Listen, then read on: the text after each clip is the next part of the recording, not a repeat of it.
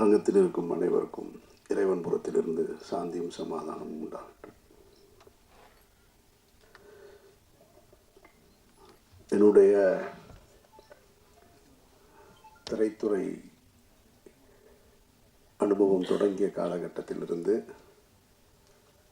அரசியல் பேசிய காலகட்டத்திலிருந்து நான் சந்தித்திராத ஒரு புதிய மேடை இது. எனக்கு ஒரு புது அனுபவம் இந்த மேடை. படம் பற்றி பேசுகிறதா, நடந்துட்டுருக்கிற பிரச்சனை பற்றி பேசுகிறதா, இந்த இக்கட்டான சூழலில் என் மீது பேரன்பு கொண்டு இந்த விழாவுக்கு வந்திருக்க என்னுடைய நட்புகளை பற்றி பேசுவதா அப்படின்னு எனக்கே ஒரு பெரிய குழப்பம்தான் இருக்குது. இப்போ வரைக்கும் இந்த செகண்ட் வரைக்கும் பிளாங்காக தான் இருக்கேன். என்ன பேச போகிறோம். ஒன்று மட்டும் தெளிவாக தெரியுது. நான் யார் அப்படின்னு இப்போ நான் என்ன நானே யோசிச்சுக்கிட்டே இருந்தா, ராமாயணத்தில் வருகின்ற சீதையும் நானும் கிட்டத்தட்ட உடன் பிறந்தார்கள் போல. அவர் அக்கினியில் மிதந்து தன்னுடைய கற்பையை நிரூபித்தார். அவராவது ஒரு முறை நிரூபித்தார். நான் வார வாரம் நிரூபித்துக் கொண்டே இருக்கிறேன்.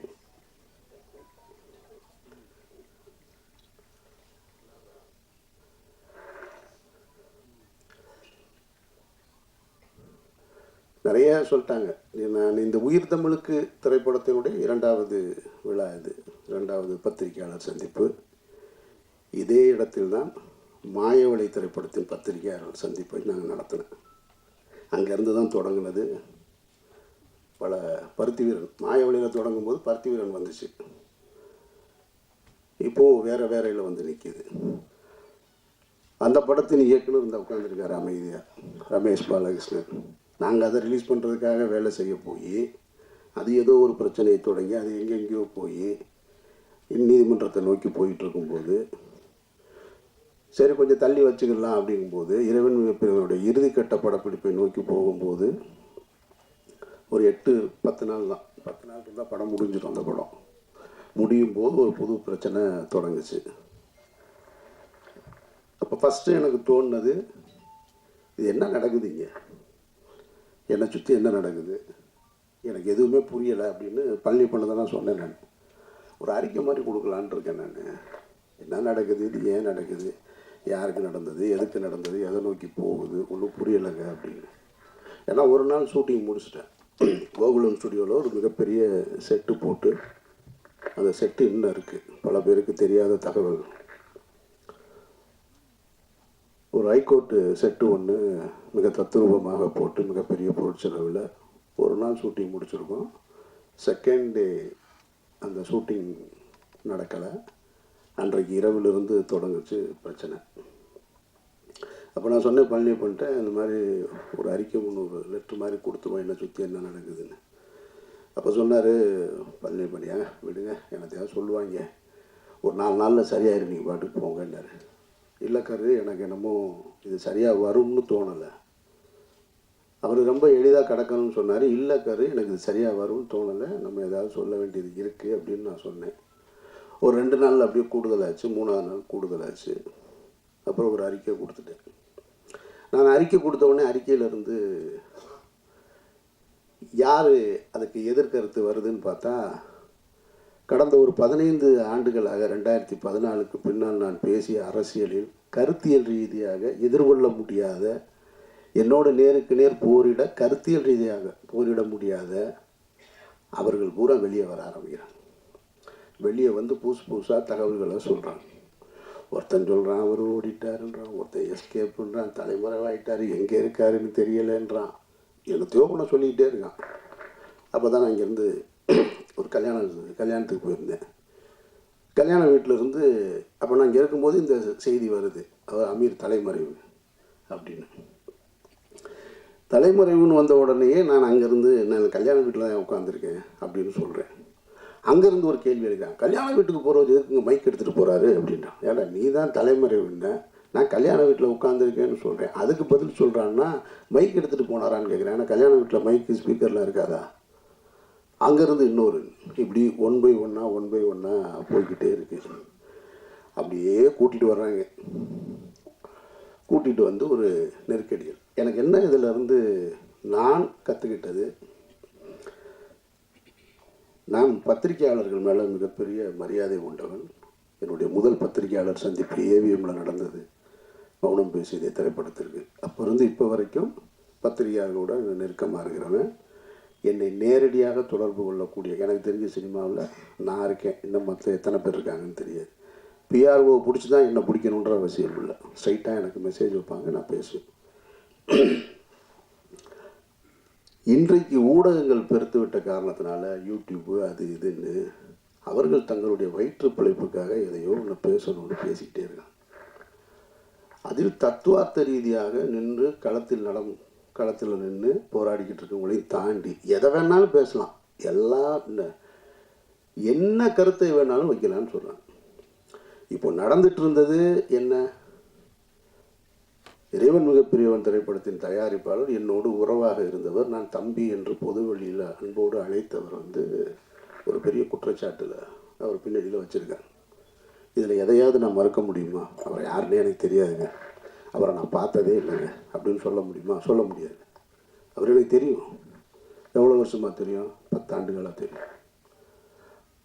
அவருக்கும் எனக்கும் தொடர்பு இருக்கா? ஆமாம், அவருக்கு எனக்கும் தொடர்பு இருக்குது. நீங்கள் சொல்கின்ற அவர் மீது சாட்டுகிற குற்றத்தோடு தொடர்பு இருக்கான்னு கேட்டால் இல்லைடா வெண்ணைகளான்னு தைரியமாக சொல்லுவேன் நான். அந்த தைரியமும் திமிரும் எப்பயுமே என்கிட்ட இருந்துக்கிட்டே இருக்கும். அப்போ நீ குற்றச்சாட்டை நீ அந்த சந்தேக நிழல் என் மீது விழுகிறது தப்பு கிடையாது. ஆனால் தீர்ப்பு எழுதுறீங்க பாருங்கள், அது ரொம்ப ஆபத்தானது. அந்த தீர்ப்பை எழுதுவதற்கு உங்களுக்கு யார் அந்த அதிகாரம் கொடுத்தது?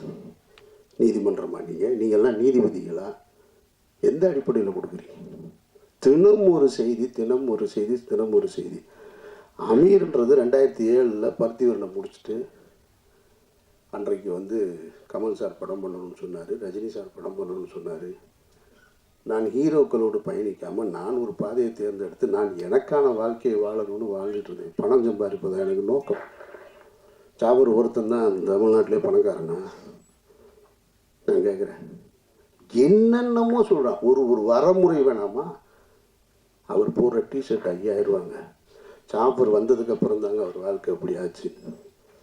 டேய், அவன் வந்தது எனக்கு 2014. நான் 2004 படம் எடுத்தேன் தெரியுமா? ராம்னு ஒரு படம். இதே பழனியப்பன் தான் சொன்னார் அவருடைய ஒரு நிகழ்ச்சியில். எனக்கு தெரிஞ்சு தமிழ்நாட்டில் யாரும் செய்ய மாட்டாங்க. விரும்மாண்டி படம் திரைப்படத்தை பார்க்கறதுக்காக ராம் ஷூட்டிங்கை நிறுத்திட்டு கீழே மதுரை அம்பியா தேட்டரில் விரும்மாண்டி படத்தை பார்த்துட்டு போய் 2 லட்ச ரூபா செலவு பண்ணுவேன் நான். என்னை பற்றி என்ன தெரியும் உங்களுக்கு? அவர் வந்த காலகட்டம் நம்ம திரைத்துறைக்கு வந்திருக்கோம். திரைத்துறைக்கு வந்த உடனே என்ன செய்வோம்? தொடக்க காலகட்டத்தில் எப்படி கஷ்டப்பட்டோம் அவர் சொன்னார் இல்லையா? அதுபோல் நான் சென்னையில் எக்மோரில் படுத்திருந்தோம், நானும் பாலாவும். அங்கே கஷ்டப்பட்டோம், இங்கே கஷ்டப்பட்டோன்னு உடனே இவங்க நினச்சினாங்க பஞ்சம் பிழைக்க வந்தவங்கன்னு. பஞ்சம் பிழைக்க வந்தவர்கள் இல்லை, சினிமாவின் மீது ஏற்பட்ட விருப்பத்தினால் வீட்டில் காசு வாங்காமல் சுயமரியாதையோடு ஓடி வந்தவங்க நாங்கள். இதை பலமுறை சொல்கிறேன்.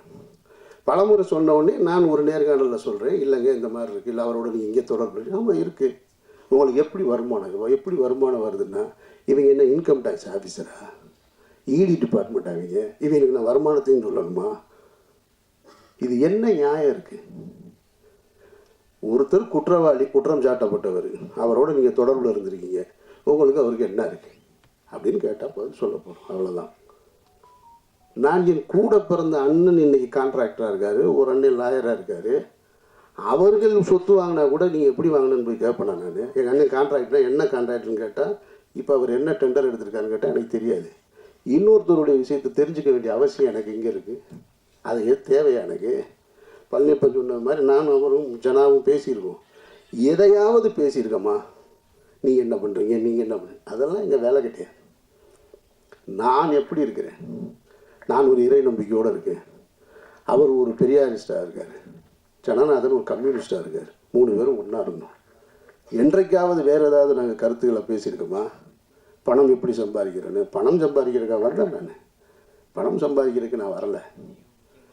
என் வாழ்க்கையை என் விருப்பம் போல் வாழணும்னு இந்த நிமிஷம் வரைக்கும் நான் ஆசைப்பட்டுக்கிட்டு இருக்கேன். இப்போ சொன்னாங்க பாருங்கள், இந்த படத்துக்கு பின்னாடி நான் நிறையா படம் பண்ணுவேன் அது இதுன்னு. நான் இப்பவும் சொல்கிறேன், நான் இந்த படத்தை நம்பி இல்லை, உயிர் தமிழுக்கு நம்பி இல்லை, மாயவளையை நம்பி இல்லை, இறைவன் மிகப்பெரியவனை நம்பி இல்லை, சந்திரத்தேவனை நம்பி இல்லை. நான் ஒரு மனிதனாக வாழணும்னு ஆசைப்பட்டு என்னுடைய கடைசி காலம் வரைக்கும் நான் விரும்பிய வாழ்க்கையை வாழணும்னு ஆசைப்பட்றேன். என் வாழ்க்கையை நான் அப்படி தான் பயணிக்கிறேன் நினைக்கிறேன். சினிமாக்காரனாக பயணிக்கணும், பெரிய தொழிலதிபராக வாங்கணும், கார் வாங்கணும், பங்களா வாங்கணும், ஒரு நாளும் ஆசைப்பட்டதில்லை. சிக்கலான காலகட்டத்தில் இப்போ நீங்கள் எல்லாம் சொல்லியிருப்பாங்க, அவருக்கு ஒருத்தன் சொல்கிறான் 10 ஆண்டுகளாக அவருடைய குடும்ப செலவு பூரா அவர் தான் பார்த்துக்கிறார், ஒருத்தன் ஆஃபீஸ் அவர் தான் ரன் பண்ணுறாங்க, என்னென்னமோ சொல்கிறேன். இந்த இருக்கான் எங்கள் அண்ணன் இந்த கூட்டத்துக்குள்ளே எங்கேயோ உட்காந்துருக்கான். அவன் கேட்குறான், இல்லையா கடந்த 10 நாளில் நான் என்ன செஞ்சிட்ருக்கேன் தெரியுங்களா? டெல்லி விசாரணை, என்சிபி விசாரணை, இடி விசாரணை, இதுக்கு நடுவுலலாம் தினம் ஏதாவது ஒரு கடைக்கு போய் பர்ச்சேஸ் பண்ணிக்கிட்டே இருக்கேன். ஒரு 4 ஜீன்ஸ் வாங்க, 4 சட்டை வாங்க, 4 ஜீன்ஸ் வாங்க, சட்டை வாங்க. அவன் கேட்டான், என்ன சார் டெய்லி போகிறீங்க, எதாவது வாங்கிட்டு வர்றீங்க, என்ன பண்ணுறேன்னு தெரில, குடிக்கிற பழக்கம் இருந்தால் குடிக்கலாம், இல்லை வேறு எங்கேயாவது ஒரு அவுட்லெட் இருந்தால் அங்கே போகலாம். ஒன்றும் கிடையாது, நான் போகிறேன் வாங்குறேன் வர்றேன். இன்னொருத்தரை நம்பி, இன்னொருத்தருடைய பணத்தை நம்பி, அதுவும் குற்ற பின்னணியோடு இருக்கிறவரை நம்பி வாழ வேண்டிய நிர்பந்தம் எனக்கு ஏற்படும். நான் அப்படி ஒரு வாழ்க்கையை வாழணும்னு விரும்பவும் இல்லை. இதையெல்லாம் உங்ககிட்ட சொல்லி நான் நிரபராதி, என்னை நீங்கள் நம்புங்க அப்படின்றதுக்காகவும் சொல்லலை. நான் யாருடைய பொருத்தத்தையும் விரும்பி வாழலை, என்னுடைய இறைவனுடைய பொருத்தத்தை விரும்பி தான் வாழ்கிறேன். ஒரு உண்மையான மனிதர்களுக்கு கஷ்டம் ஏற்படும் போது எல்லாரும் என்ன நினைப்பாங்க தெரியுமா? எனக்கு மட்டும் ஏன் இப்படி நடக்குது அப்படின்னு கேட்டால் அவன் அவநம்பிக்கையாளன். எனக்கு ஏன் நடந்ததுன்னு நின்று யோசிக்கிறான் பாருங்க, அவன் தான் இறை நம்பிக்கையாளன். நான் இறை நம்பிக்கையாளன், நான் அவநம்பிக்கையாளன் இல்லை. எனக்கு இது ஏன் நடந்துச்சுன்னு தான் நின்று யோசிக்கிறேன். நான் எந்த இடத்துல தவறுனேன், எந்த இடத்துல நான் இந்த தடம் மாற ஒரு சூழல் வந்தது, ஏன் இந்த குற்றப்பின்னணியோட சந்தேக நிழல் என் மேலே விழுகுது, அப்படி தான் நான் பார்த்துட்டு. அதனால் நான் என்னை இங்கேருந்து இன்னும் சரி செய்து கொள்ள வேண்டிய பொறுப்பு இருக்குது. அதனால் நிறைய நான் அதை நோக்கி தான் பயணிக்கிறேனே தவிர மற்றபடி எதுவுமே என் மைண்டில் கிடையாது. அப்புறம் இந்த யூடியூப்பில் நான் பார்த்த விஷயங்களை பார்க்கும்போது எனக்கு என்னென்னா, கொஞ்ச நாளைக்கு இதை பார்க்காம இருக்கிறது நிம்மதியாக இருக்குன்ட்டு. ஒருத்தம் கூட உண்மை பேசலைங்க, அதுதான் பெரிய கொடுமை. சொல்கிறது பூரா பொய் பொய் பொய் பொய், அவ்வளவுமா பொய். ஏதாவது 1 2ல் ஒருத்தன் சொன்னான், எனக்கு சோர்ஸ் டெல்லியிலேருந்து வந்துருச்சுட்டான். சோர்ஸ் வருதுன்றான். எனக்கு சம்மன் வந்ததே பல பேருக்கு தெரியாது. அதை என்னோடய வக்கீல் வெளியே சொன்னதுக்கப்புறம் தான் தெரியும். ஆனால் இப்போ சொல்கிறான் சோர்ஸ் நான் இரு. அவர் ஒரு 2 பேர் உட்காந்துக்கிறாங்க. கேட்டால் அவங்கெல்லாம் புலனாய்வு புலிகளாம். ஒரு 2 பேர் உட்காந்துக்கிறான். எதுக்கு இருக்க ஒரு கேள்வி கேட்குறாரு. இவர் மடியில் 2 பேப்பர்ஸாக வச்சுருக்கேன். அப்படி எடுத்து பார்த்துட்டு, அப்படியா அவனுக்கு வந்திருக்கா, அது என்னன்னு நான் சொல்கிறேன். நான் எனக்கு ஒரு ஆள் மாதிரி தான் சொன்னாங்க. அப்போ நான் நைட் டெல்லியில் பேசிட்டு சொல்கிறேன் அப்படின்ட்டான். சரி, உண்மையிலேயே டெல்லியிலேருந்து அவனுக்கு சோர்ஸ் இருக்கும் போல இருக்குன்னா, அவனுக்கு தேனியில் அரெஸ்ட் பண்ண போகிறதே தெரியல. அதுதான் பெரிய கொடுமை. சரி, மடியில் 2 4 பேப்பர் இருக்குது, என்னடா பரட்டி பார்த்து ஏதோ சொல்கிறான் போல இருக்குது. சரி, ஏதோ இதிலிருந்து வந்திருக்கும் போல இருக்குது. இருக்கலாம் இல்லையா? ஏதோ காவல்துறையில் இருந்தால் சொல்கிறாங்க, ஏதோ உளவுத்துறையில் இருந்தால் சொல்கிறாங்க. உண்மையிலே சோர்ஸ்லேருந்து வந்துட்டு விசாரணை பார்த்தா அவர் படித்து சொன்னது தினமலர் பேப்பர். ஐய, இவ்வளவு அபத்தமாக இருக்கும். இதை தினம் 2 லட்சம் பேர் பார்க்கலாம். அதுதான் பெரிய கொடுமை. ஒரு பொய் செய்தியை தினம் 2 லட்சம் பேர் நீங்கள் பார்த்து அதில் கீழே பார்த்தீங்கன்னா எப்போ அமீரை கைது செய்வீங்க, எப்போ அமீரை கைது செய்வீங்க? இப்போ கடைசியாக நேற்று ஒருத்தன் கேட்டிருக்கான், ஏங்க நாங்கள் 3 மாதமாக வெயிட் பண்ணுறோம், அமீரை கைது பண்ணவே மாட்டேன். இப்படி அவன் அவ்வளவு ஆவலாக இருக்கான் என் மேலே. சரி, நாங்கள் என்ன கைது, நான் சிறைக்கு என்ன புதுசா? சிறைக்கு போக அப்பவும் தயாராக இருந்தேன், இப்பவும் தயாராக இருக்கேன். ஆனால் நான் வெறுக்கிற ஒரு குற்றத்தில் என்னை தொடர்புபடுத்துவதை நான் கொஞ்சம் கில்ட்டியாக ஃபீல் பண்ணுறேன். அதைத்தான் கரு சொன்னார். அவருக்கு உள்ள வேதனை இல்லாமல் இல்லை, இருக்குது. ஏன்னா அதனால் என்னோடய குடும்பம் பாதிக்கப்படுது. அமீர்ன்றவங்க தனிப்பட்ட என்னை நீ என்ன வேணாலும் பண்ணால. ஒரு குற்றத்தை சுமத்தும் பொழுது, ஒரு தன்னுடைய மகளுக்கு திருமணத்தை ஏற்படுத்திட்டு இருக்கிற வயசில் ஒரு பெரியவர்னு வச்சுங்களேன், ஒரு கஷ்ட காலம், அவர் தன்னுடைய மகனுடைய திருமணத்தை வந்து போராடி கொண்டு வந்து ஒரு இடத்துல நிறுத்துறாரு. அப்போ போய் பஸ்ஸில் பயணிக்கும் பொழுது ஒரு 14 வயசுக்குள்ளே இடுப்பை கிள்ளி விட்டாருன்னு ஒரு குற்றச்சாட்டு வச்சா அவர் எவ்வளோ அவமானமாகும், அந்த திருமணம் எவ்வளோ பெரிய தடைப்படும். அந்த மாதிரியான ஒரு சூழலில் தான் நான் வெறுக்கிற ஒரு குற்றம் சமூகத்தை சீரழிக்கிறதுன்றது போதை. நான் வெறுக்கிறேன் அதை. தருங்க இங்கே ஒரு அஸ்டன் நிற்கிறான், அந்த ஒரு அஸ்டன் நிற்கிறான், சிகரெட்டு குடித்தாலே ஆஃபீஸுக்குள்ளே உள்ளே விட மாட்டேன். ஜனாவும் கருவும் சிகரெட்டு குடிக்கணும்னா நாங்கள் மாடிக்கு போய் கீழே போய் குடிச்சிட்டு வரோம்னு சொல்லுவாங்க. அவங்க 2 பேருக்கு நான் என்ன ஆசானா? அதெல்லாம் கிடையாது. அந்த வாடை பிடிக்காது. எப்போவாவது நான் டென்ஷன் ஆகுது அப்படின்னு சொல்லிட்டு ஒரு சிகரெட்டை எடுத்து நான் அவர்கிட்ட கேட்டேன்னா அவர் தள்ளி விட்டு போயிடுவார். அப்படி நான் வெறுக்கிற ஒரு விஷயத்தில் என்னை கொண்டு வந்து தொடர்புபடுத்தும் போது அது என்ன மட்டுமா பாதிச்சிச்சு, என்னுடைய குடும்பத்தை பாதிக்குது. என்னுடைய மகள் வேலைக்கு போகிற இடத்துல பாதிக்குது, அங்கே ஒருத்தன் கேள்வி கேட்குறான். என்னுடைய மகன் கல்லூரிக்கு போகும்போது பாதிக்குது. என்னை நீங்கள் சந்தேகமே படாதீங்கன்னு நான் சொல்லலை. சந்தேகப்படுங்க, விசாரிங்க, நல்லா கேளுங்க, ஆனால் தீர்ப்பு எழுதாதீங்க. தீர்ப்பு எழுதுகிற அதிகாரம் உங்களுக்கு யாருக்குமே கொடுக்கல. அதுக்கு இந்த நாட்டில் நீதிமன்றம் இருக்குது, எல்லாமே இருக்குது. கடுமையான விசாரணைகளை சந்திச்சுட்டு தான் நான் வந்து நிற்கிறேன். என்னுடைய இத்தனை ஆண்டு வாழ்க்கையில் நான் சந்திக்க ஒரு புது அனுபவம். டெல்லியில் 12 மணி நேரமாக இருக்கட்டும், டெல்லி வீதிகளில் நானும் தாவணும். அவன் எங்கள் அண்ணன் டாக்டருக்கு முடிச்சிருக்கான். அவன் யதார்த்தமாக லாங்குவேஜ் படிக்கிறக்காக வந்தான். வந்தவனுக்கு கிட்டத்தட்ட 3 மாதமாக புது அனுபவம். இப்போ என்சிபி, இடி, என்ஐஏ எல்லா டீட்டெயிலும் தெரியும் அவனுக்கு. என் கூட 70 நாளாக அவன் தான் இருக்கான். டெல்லி வீதிகளில் நாங்கள் 2 பேரும் நடந்து போயிட்டு திரும்ப அந்த விசாரணையை முடிச்சுட்டு, அவங்கள பொறுத்த மட்டும் அந்த அதிகாரிகள் என்னுடைய விசாரணை நடத்துனதை பொறுத்த மட்டும் என்னை பொறுத்த மட்டும் ரொம்ப நேர்மையாக தான் நடத்தினாங்க. நான் இந்த இடத்துல அதை சொல்லியே ஆகணும். இது அரசியல் அழுத்தம் இருக்குது, அரசியல் அழுத்தம் இல்லை அப்படின்றதெல்லாம் தாண்டி என்னிடம் அவர்கள் மிக கண்ணியமாக தான் நடந்து கொண்டாங்க. கொஞ்சம் கூடுதலாக இருக்குது. நான் மனசு வலிக்கிறது மாதிரியான கேள்விகளை கேட்டாங்களான்னா நிச்சயமாக கேட்டேன். ஒரு இடத்துல கலங்கி போய் நின்னனா அப்படின்னு கேட்டால் கலங்கி போய் நின்னேன். ஆனால் அது அவர்களுக்கு என்னை காயப்படுத்தணுன்ற நோக்கம் கிடையாது. அதை நான் அவங்ககிட்ட வெளியே வந்து சொன்னேன். நான் டிஸ்டர்ப் ஆனேன்னா ஆமாம் டிஸ்டர்ப் ஆனேன். நான் வேதனைப்பட்டேனா ஆமாம் வேதனைப்பட்டேன். நான் சஃபர் ஆனேன்னா ஆமாம் பட்டேன். ஆனால் அவங்களுடைய டியூட்டி அது, அவர்களுடைய வழக்கமான டியூட்டி. அப்போ எப்படி தான் குற்றவாளியை கண்டுபிடிப்பாங்க? என்னை மாதிரி ஒரு ஆள் போனவுடனே என்கிட்ட இலகுவாக நடந்துக்கிட்டா நான் குற்றத்தில் தொடர்பு இருக்கா இல்லைன்னு எப்படி கண்டுபிடிக்க முடியும்? அதனால் அவங்க டியூட்டியை தான் செஞ்சாங்க. விசாரணை முடிவுலேயும் அதை தான் சொன்னாங்க. பர்சனலாக எந்த இதுவும் கிடையாது, எங்கள் டியூட்டியை செஞ்சோம். அந்த வகையில் என்சிபி ஆஃபீஸர்ஸ் எங்கிட்ட கண்ணியமாக நடந்துக்கிட்டாங்க. இடி ரைடு அந்த ரைடு கதையை கேட்டிங்கன்னா, வீட்டில் ரம்ஜானுக்கு எல்லாரும் ஊருக்கு போயாச்சு. இதை நீங்கள் தெரிஞ்சுக்க, ஊடகங்கள் பத்திரிகையாளர்களுக்கு இருக்க வேண்டிய இதையும் மற்ற எல்லாரும் தெரிஞ்சுக்கணும்னு இதை சொல்கிறேன். எவர்களுக்குமே உண்மையான ரீசன் தெரியாதுங்க, அதுதான் உண்மை. நான் சொல்கிறேன், நான் இந்த வழக்கில் தொடர்புடையவனாக இருக்கிறதுனால சொல்கிறேன். அதிகாரிகளை தவிர வேறு யாருக்குமே தெரியாது. வேறு எவன் சொன்னாலும் நம்பாதீங்க, இதுதான் நிஜம். நான் சொல்கிறது உண்மை. இதை கன்ஃபெஷனாக வச்சுக்கோங்க. ஏன்னா எனக்கு முதல் சம்மன் வந்தது பாருங்கள், அதுவே யாருக்கும் தெரியாது. அது ஒரு வக்கீல் வெளியே போய் சொன்னதுனால தான் தெரியும். உடனே இவங்க என்ன பண்ணுறாங்கன்னா, அமீர் ரமலான் முடித்து விட்டு வருவதாக என்சிபி அதிகாரிகளிடம் சொன்னார், இந்த நேரத்தில் என்னை விசாரிக்க வேணான்னு கேட்டாருன்னு. இதெல்லாம் தலைப்பு செய்தியாக ஓடுதுங்க. அப்போ இந்த மக்களுக்கு எது செய்தி? அப்போ உண்மையே செய்தியாக வராதா? நான் கேட்காத ஒன்று, 2ஆம் தேதி எனக்கு ஃபஸ்ட்டு சம்மன்.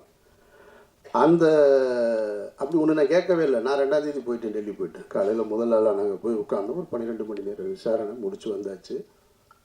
அப்போவே எனக்கு அடுத்து சம்மனுக்கான ஒரு திட்டம் இருந்தது. அதுவும் யாருக்கும் தெரியாது. ஆனால் இவங்களுக்கு தெரியவே தெரியாது. நான் அந்த காலகட்டத்தில் தான் அவங்க கேட்ட டீட்டெயில்ஸு, டாக்குமெண்ட்ஸு இதை பூரா எடுத்து எல்லாத்தையும் கொண்டு வந்து ரெடி பண்ணி வச்சிட்ருக்கேன். வச்சுட்டு ஒரு 3:30 மணி இருக்கும், 3:30 4 மணி. 4 மணிக்கு போய் வீட்டில் நான் அவனும் தான் படுக்கிறோம். வீட்டில் யாருமே இல்லை, ஃபேமிலியெல்லாம் ஊருக்கு போயிட்டாங்க ரம்ஜான் கொண்டாடுறதுக்கு. படுத்தா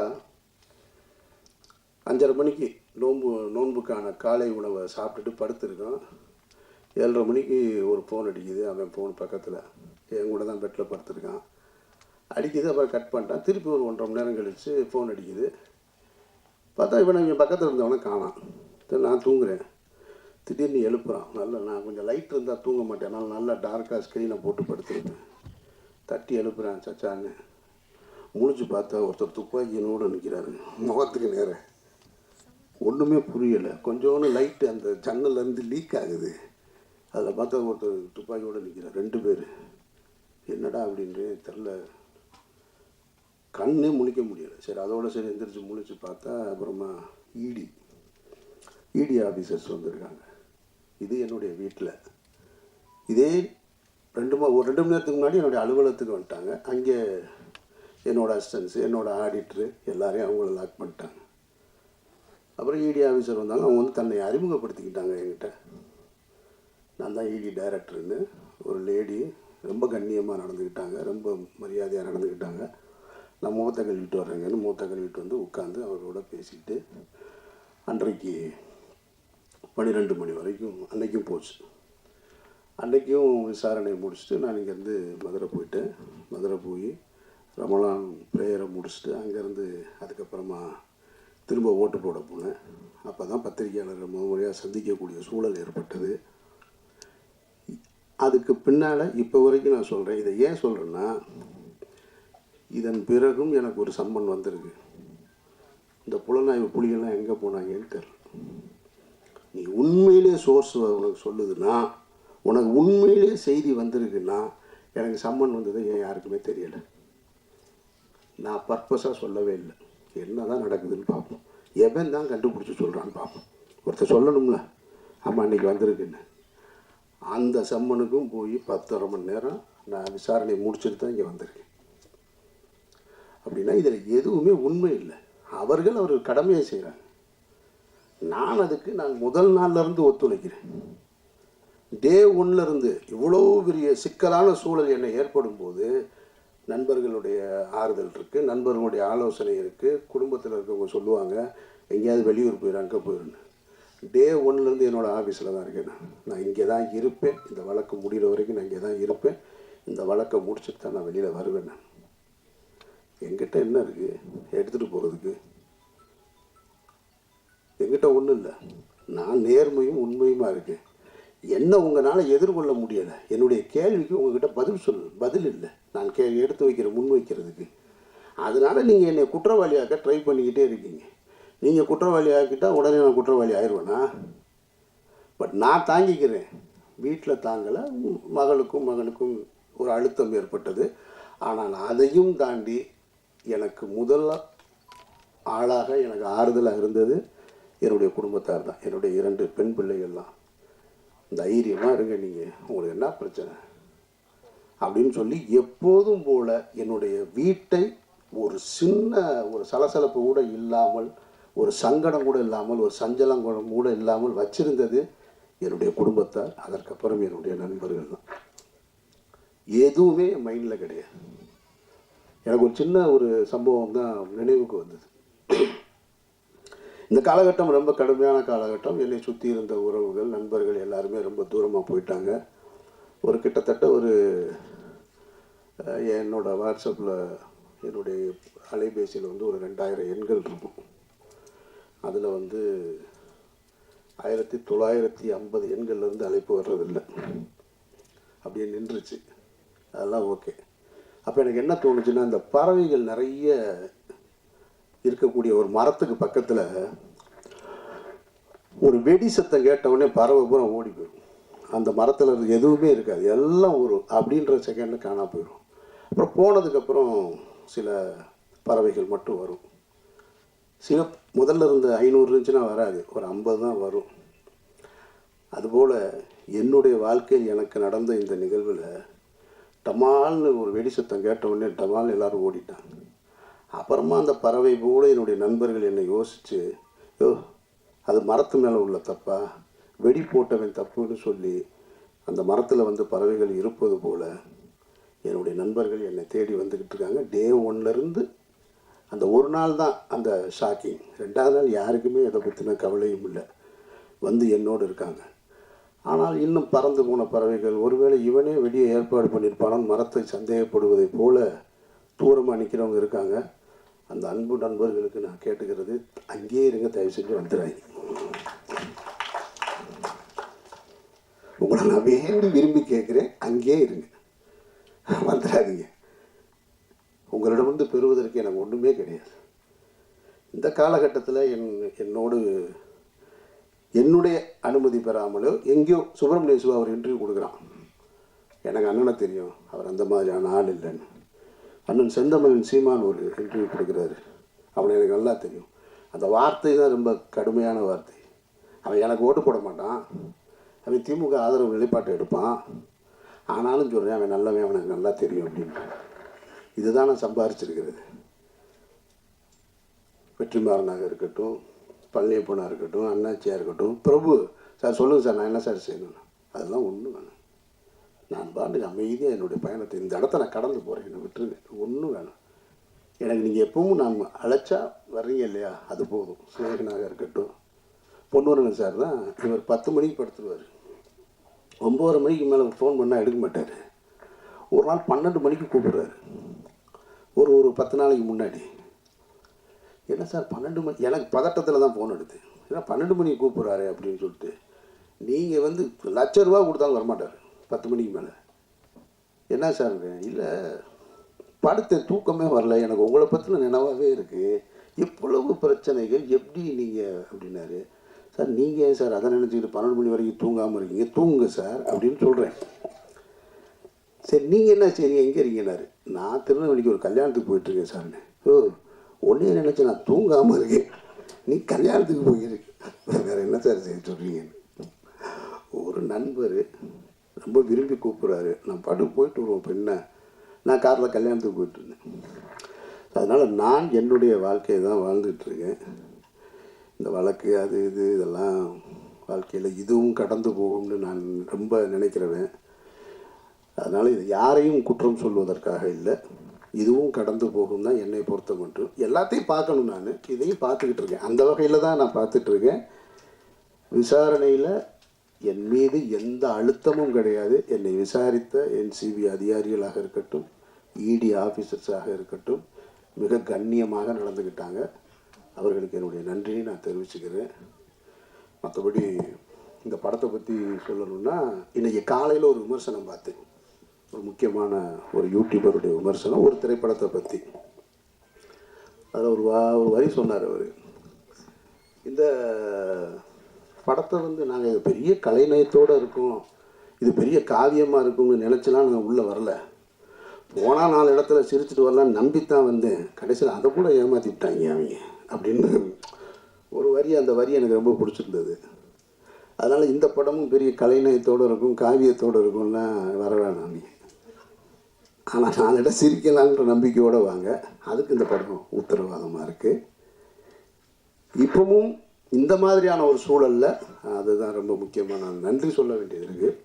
இந்த மாதிரியான ஒரு சூழலில் என்னோடு உறவு கொண்ட, என் மீது நம்பிக்கையை வைத்து, என் மீது அன்பு கொண்ட நண்பர்கள் என் கூட நிற்கிறது போல், இவ்வளோ ஒரு சிக்கலான காலகட்டத்தில் இந்த திரைப்படத்தை வந்து திரையரங்கிற்கு கொண்டு வருவதற்காக முழு முயற்சி எடுத்த ஆதம்பாவாவிற்கு என்னுடைய நன்றி.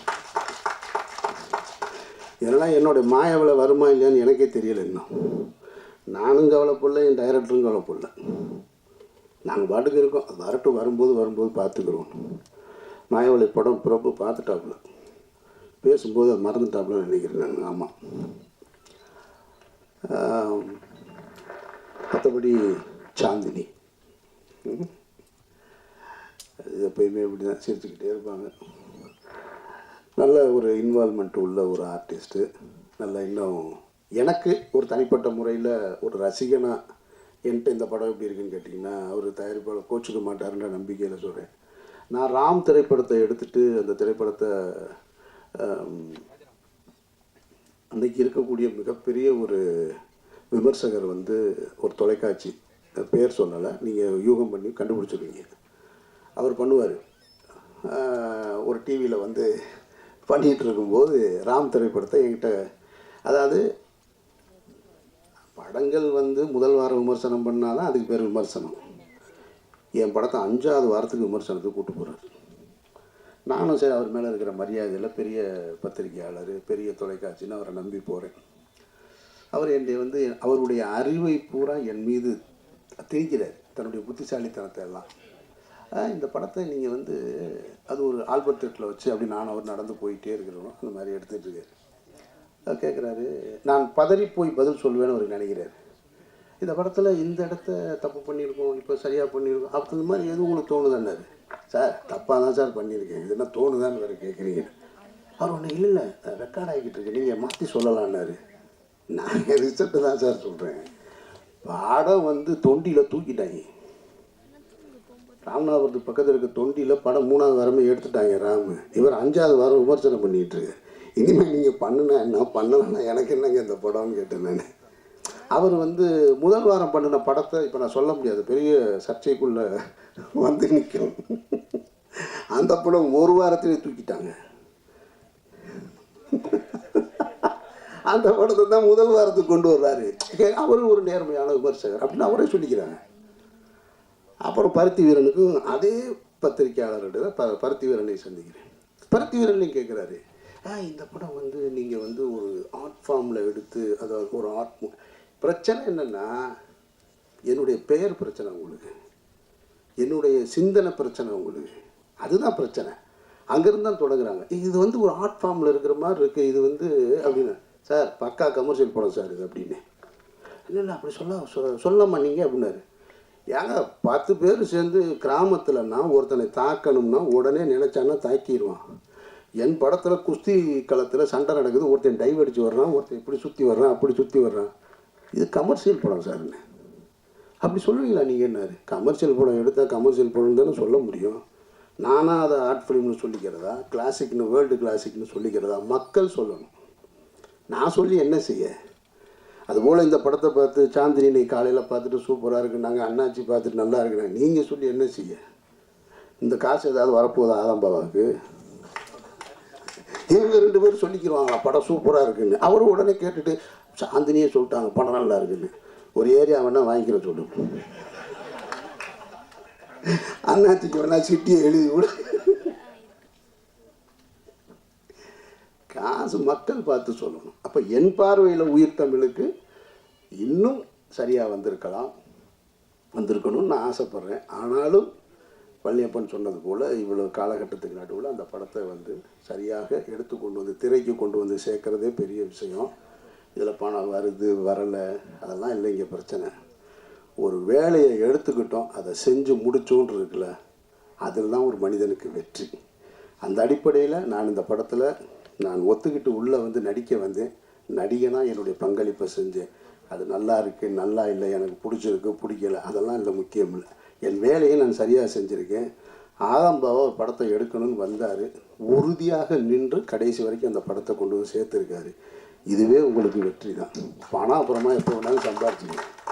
ஸோ அந்த வகையில் இது 10ஆம் தேதி இந்த படம் திரைக்கு வருது. உங்களுடைய வாழ்த்துக்களோடும் மற்றபடி ஒன்றும் இல்லை. இதில் என்கிட்ட எதுவும் கேட்க வேண்டியது இருக்கா சார்? முதல்ல ஒரு ஃபோட்டோ எடுத்துக்கலாம் சார், முடிச்சுட்டு அப்புறம் நீங்கள் உட்காந்து ஒரு ஃபோட்டோ எடுத்துடலாம்.